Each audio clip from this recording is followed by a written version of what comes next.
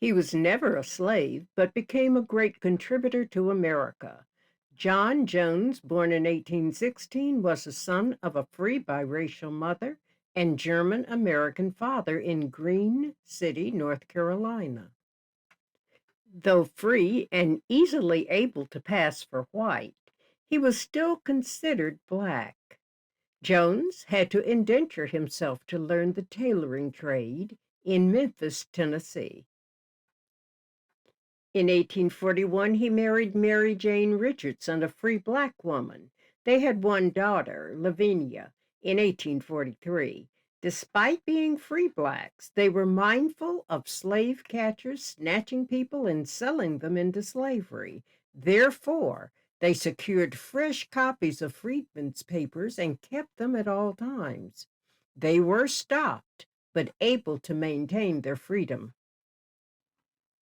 They moved to Chicago in 1845, just 8 years after the city's incorporation, in part because of the large anti-slavery movement in the city. The couple had saved $3.50, which was equivalent to $110 in 2023. But Jones also pawned his watch to afford rent, and he purchased two stoves. A black grocer, O.G. Hanson, gave them $2 in credit for food and household needs. John Jones opened a tailoring shop, and by 1850, they were able to afford their first home. Though he and his wife were illiterate, they quickly learned to read and write. Jones believed that reading was key to empowerment and wrote that reading makes a free man. Jones did not stop there.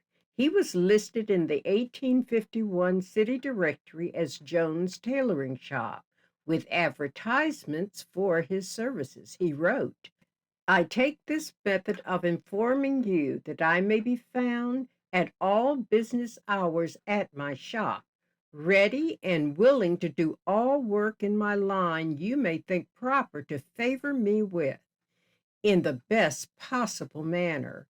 I have on hand all kinds of trimmings for repairing gentlemen's clothes. Bring your clothes, gents, and have them cleaned and repaired. Remember that all clothes left with me are safe because I am responsible and permanently located at 119 Dearborn Street." Jones augmented his wealth by investing in real estate. He became an abolitionist, politician, civil rights leader, and philanthropist. His home was the second stop on the Chicago Underground Railroad. Mary managed their home as a center of black activism, organizing resistance to the Black Codes and the Fugitive Slave Act.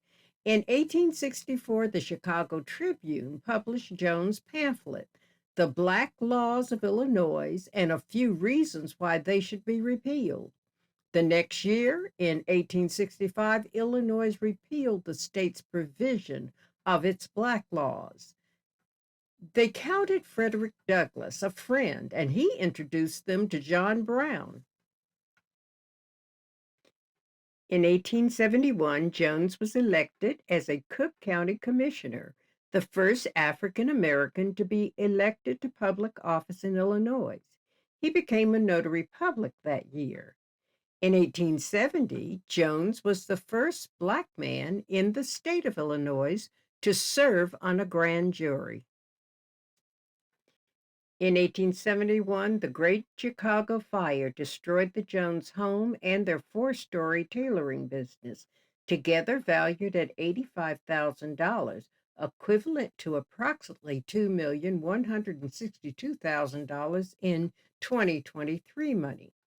The family was able to rebuild a new house near Prairie Avenue, and Jones' tailoring business was restarted at a new location. He continued to work until retiring in 1873. Jones died from Bright's disease in 1879.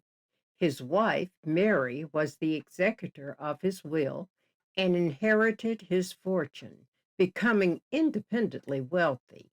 His estate was valued at approximately $2,289,000 in 2023 money. He had been one of the city's richest men. In 2004, the city of Chicago designated the site of the John and Mary Jones House as a Chicago landmark.